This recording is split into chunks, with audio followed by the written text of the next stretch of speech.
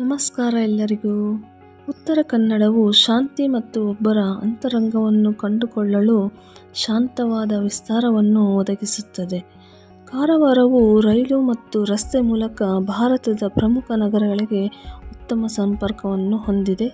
ಜಿಲ್ಲೆಯಿಂದ ಮುಂಬೈ, ಪುಣೆ, ಬೆಂಗಳೂರು, ಮಣಿಪಾಲ ಸೇರಿದಂತೆ ವಿವಿಧ ನಗರಗಳಿಗೆ ಸಾಕಷ್ಟು ಸಂಖ್ಯೆಯ ಬಸ್ಗಳು ಸಂಚರಿಸುತ್ತವೆ. ಈಗ ನಾವು ಈ ಜಿಲ್ಲೆಯ ವಿವಿಧ ಪ್ರವಾಸಿ ತಾಣಗಳನ್ನು ನೋಡೋಣ. ಮೊದಲನೆಯದ್ದು ಯಾನ ರಾಕ್ಸ್. ಇದು ಉತ್ತರ ಕನ್ನಡ ಜಿಲ್ಲೆಯ ಪ್ರಮುಖ ಪ್ರೇಕ್ಷಣೀಯ ಸ್ಥಳಗಳಲ್ಲೊಂದು. ಇದು ಕಾರವಾರದಿಂದ 90 ಕಿಲೋಮೀಟರ್ ದೂರದಲ್ಲಿದೆ. ಎರಡನೆಯದು ಉಜ್ಜಳ್ಳಿ ಜಲಪಾತ. ಈ ಜಲಪಾತವು ಕರ್ನಾಟಕದ ಉತ್ತರ ಕನ್ನಡ ಜಿಲ್ಲೆಯ ಸಿರ್ಸಿಯಿಂದ 30 ಕಿಲೋಮೀಟರ್ ದೂರದಲ್ಲಿದೆ. ಮೂರನೆಯದ್ದು ಮುರುಡೇಶ್ವರ ದೇವಸ್ಥಾನ.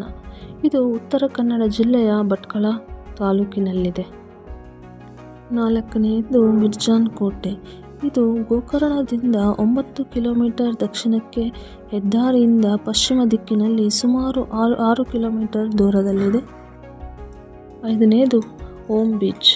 ಇದು ಕಾರವಾರದಿಂದ 65 ಕಿಲೋಮೀಟರ್ ದೂರದಲ್ಲಿದ್ದು ಸೂರ್ಯಾಸ್ತದ ವೀಕ್ಷಣೆಗೆ ಹೆಸರುವಾಸಿಯಾಗಿದೆ. ಆರನೆಯದು ನೇತ್ರಾಣಿ ದ್ವೀಪ.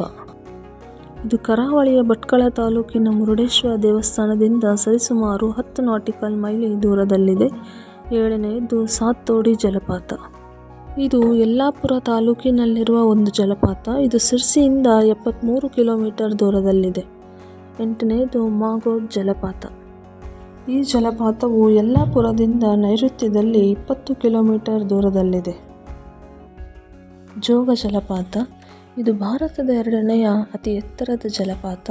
ಇದು ಕರ್ನಾಟಕ ರಾಜ್ಯದ ಉತ್ತರ ಕನ್ನಡ ಜಿಲ್ಲೆಯ ಸಿದ್ದಾಪುರ ತಾಲೂಕಿನ ದಟ್ಟವಾದ ಕಾಡು ಹಾಗೂ ಗುಡ್ಡಗಳಿಂದ ಆವೃತವಾದ ಸ್ಥಳದಲ್ಲಿದೆ. ಹತ್ತನೆಯದು ದಾಂಡೇಲಿ.